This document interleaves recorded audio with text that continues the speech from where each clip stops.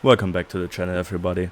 It's been a while since I uploaded, due to vacation and some time issues, some work-related, friend-related, family-related, you know the deal. Problems we all face in our daily life. Today we're going to talk about some most recent models that I've built, some minifigures I painted, and about the issue of storage that every modeler is facing at some point if he's just buying some nice kits somewhere before even finishing one. You know what I'm talking about. Jumping to my most recent builds, we have a Panther F and a Tiger 2P here. As you can see, they're both pretty interesting. One got some bushes and some what if 1945 camouflage scheme, which has a story behind it, but I will tell later in this video. And the other one looks fresh out of the factory to the troops and freshly painted, which was the deal for this one. Starting with my Tiger 2P, this model took some time to finish and some nerves due to all the small dots and stuff. I won't go into detail about this tank because it got its own video in the making as of recording. So basically the next full build video will be about this tiger. And as you can see on the right track, there's some fitting issues. I mean, 30% eyesight, and then choosing a tiger tank as a model for like 2 days to complete and filming it wasn't my brightest idea, to be honest. But I think it turned out pretty nice. Some friends complained about the dots being too big. As I said, this video will get its own build video. I think in German and English, or maybe only English, depends on how long the video will turn out. It's a nice video. I really love to paint this tank. At one point it looked like chocolate. You will see the video in about 1.5 weeks. And now coming to the Panther I built. This is a dragon kit. It was a really nice fitting kit with an engine bay. I forgot to take a photo of the engine bay painted. I have it unpainted, but I didn't got one painted. But yeah, you can imagine the motor being the sort of white steel colors used on German tanks, or how they are presented in museums. And everything else is with the red-brown oxide primer that is visible on the turret. I drilled out the holes for the rangefinders.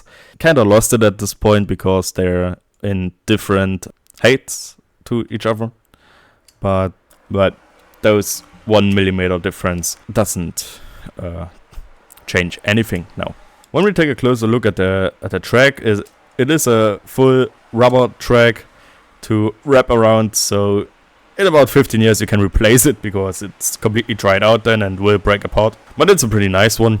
On the left side we have two wheels that are a bit of nasty looking. Those got a bit of a hairspray technique to them. So basically I think they got primed in red-brown, and then I sprayed hairspray over it in a really thick layer, and then just went over it with some sand, waited a few minutes, and then scrubbed it away with a paintbrush and some water. The camouflage scheme is something I saw by a different model builder. I don't know his name right now. I saw it on Instagram a few years ago, but not in green with those red-brown used on turret. So it's kind of a zigzag going camouflage, but it turned out pretty nice. Put some bushes on it. I mean, I have a green camouflage, so I could use some green bushes.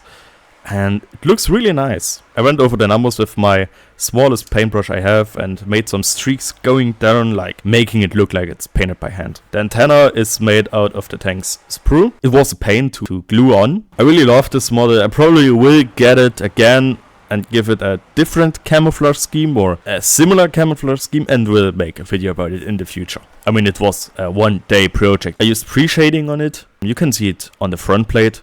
Very good, and on the turret. Really love this model. It's one of the best so far I built. And now for the history of this tank. Since the Panther Fs weren't built, turrets were built and tested out with the cannons and combo stuff, but not put on an actual chassis and sent to the front. This is a 1945 what if model. You know, what if the war in Europe went on for a few months more, or for maybe a year, I gave it the title about the Second Battle of Bautzen. As you can see on my Instagram where I posted it, Second Battle of Bautzen basically is just a continuation of the First Battle of Bautzen, where the Wehrmacht tried to pull off a counteroffensive against the Red Army in spring of 1945 and used many Panthers for this, for one of the last offensive they really had. Some historians still debate on which offensive during 1945 was really the last German counteroffensive against the Allies and the Soviets. So, and then what if Soviets attacked Bautzen and made a second battle about it? And for some minis that I painted some Napoleonic War French line infantry, and I was like, okay, you know what, I'm trying it. How it will turn out depends due to my eyesight, but I think they turned out pretty nice. I even love how I made the tricolor look like, with the somewhat straightened lines. It's pretty nice. I love them. Probably will paint more of them and get 2 or 3 more sets. Maybe I will do a small diorama of French infantry, some walking, some reloading, and some firing. And now coming to the storage problem. As you can see here, there's 1 pack of cigarettes in the top right holding the boxes together, so it's nothing really wiggles around and may fall off when opening the doors. From the front it looks pretty clean. You just see some boxes arranged, and yes, it's mostly Revel and artillery. And as you can see, I got some French artillery. Maybe it's going on a diorama. Removing the first layer of boxes, you can see there's a second layer of boxes with some Dragon kits, Model Collect, which is a really nice company from China. I mean, they know what they do. It's really nice fitting. They have some nice what if models 1946 and so on. So this is the second layer. And what is behind the second layer? More models. I mean, we have some big boxes for some ships and 135 scale models, some old Revel kits. We have some artillery and some decals for Ukrainian vehicles, which I will use at some point, but they just exist there, they just vibe there. As you might see, it's pretty cramped. Many models arranged to fit in a small shelf. There's more. But that's not all. I got them in a different cupboard. And as you can see, there's some other stuff in it. So it's not only for models. Behind it, many more models, but those are the ones I wanted to show, because it's a nightmare getting a photo of what's actually behind this section of models. But I also got some of the big ship models beside my couch. Musashi, you see beside it, was the last birthday present I got from my grandfather, which holds a special place to me now. And this model will probably build in the future. Build video maybe, or maybe just a report video on how it is built, like some sections and stuff like this, because it's a pretty big ship. We're speaking about nearly 80 centimeters of length. And there you have it. A small video which I wanted to put out and bring to you guys. In conclusion, you can expect a Tiger 2 video in German and English in the next 2 or 3 weeks. You can expect this video in German as well. Might be a bit shorter. Thank you guys for watching. Follow my Instagram on Dresden_scale models and have a nice day or nice evening.